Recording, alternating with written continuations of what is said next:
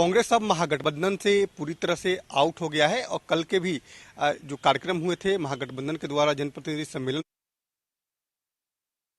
बुलाए थे उसमें भी कांग्रेस शामिल नहीं हुई थी। हमारे साथ कांग्रेस के विधायक हैं और काफी प्रखर रूप से अपनी बातों को रखती हैं प्रतिभा जी हैं। प्रतिभा जी लगता है कि कांग्रेस महागठबंधन से पूरी तरह से आउट हो गई है।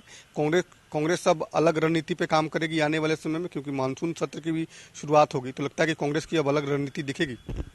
जी बिल्कुल, ये सारी चीज़ें गठबंधन में रहना नहीं रहना ये सब तय करने के लिए हमारे राष्ट्रीय नेता आदरणीय सोनिया जी अधिकृत हैं और बिहार में हमारे प्रदेश अध्यक्ष माननीय मदन मोहन झा जी।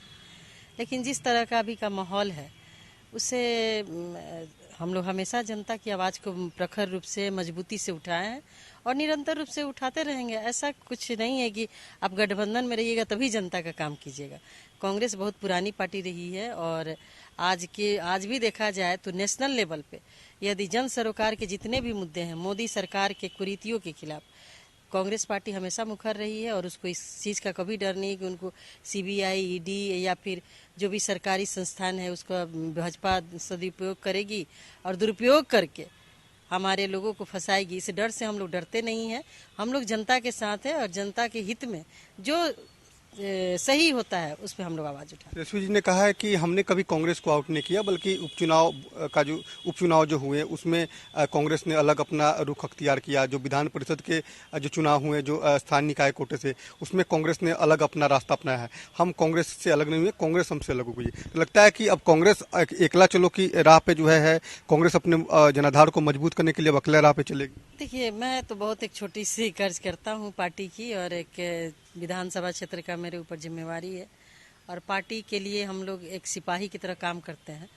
किस वजह से गठबंधन टूट रहा है, किस वजह से महागठबंधन में खटासे आ रही है मुझे नहीं पता, लेकिन मैं दोनों दलों को, चूंकि दोनों एक विचारधारा की है, दोनों सेकुलर पार्टियां हैं, मैं दोनों पार्टी के नेताओं से मेरा यही निवेदन रहेगा कि यदि थोड़ी सी भी तल्खी किसी बात को लेकर के है तो उसको मिल बैठ करके हम उसका समाधान करेंगे, ना कि एक दूसरे पे छिटाकसी करें। इससे हमारे विपक्षी दल जो भाजपा है, जो देश के तोड़ने के लिए अभी निरंतर प्रयास कर रही है और लगभग अपने प्रयासों में बहुत हद तक सफल भी हो जा रही है, तो वैसे लोगों को रोकने के लिए हमें अपनी छोटे छोटे स्वार्थ को त्याग करके गठबंधन में एक साथ होकर के इन देश विरोधी नीतियों के खिलाफ लड़ना होगा। एक और मुद्दा है मैडम कि विधान परिषद के चुनाव हो रहे हैं और ऐसी चर्चा थी कि वाम दल के साथ कांग्रेस अगर साझा उम्मीदवार उतारती तो उसके एक सदस्य जो है वो बढ़ जाते। तो लगता है कि इस पे भी अब ग्रहण लग रहा है, कोई बात नहीं बन पाई।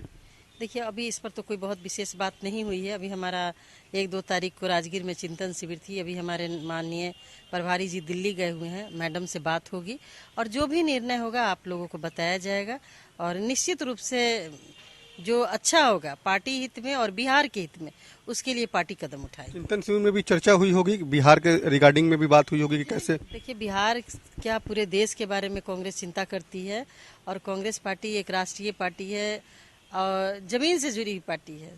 A to Z की लोग बात करते हैं, कांग्रेस में A to Z तो शुरू से ही है। उस जमाने में जब जात पात की प्रकाष्ठा थी तब मिश्री सदा जैसे लोग पार्टी के MLA हुआ करते थे, आपको भोला पासवान शास्त्री जी जैसे लोग बिहार के मुख्यमंत्री हुआ करते थे। तो ऐसी बात नहीं है, कांग्रेस पार्टी हमेशा सेकुलर रही है और कोई दिखावा वाली सेकुलर नहीं है, वो जमीनी हकीकत है उसकी।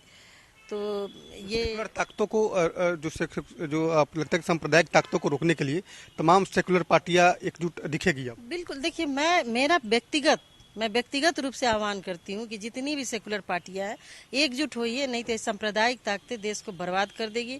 जात के नाम पे, धर्म के नाम पे आप रोजगार की बात करते हैं, वो हिंदू मुस्लिम की बात करते हैं, आप महंगाई की बात करते हैं तो भ्रष्टाचार की बात करते हैं। तो भ्रष्टाचार तो चरम पे है, खत्म कुछ नहीं करते, सिर्फ बात बनाते हैं।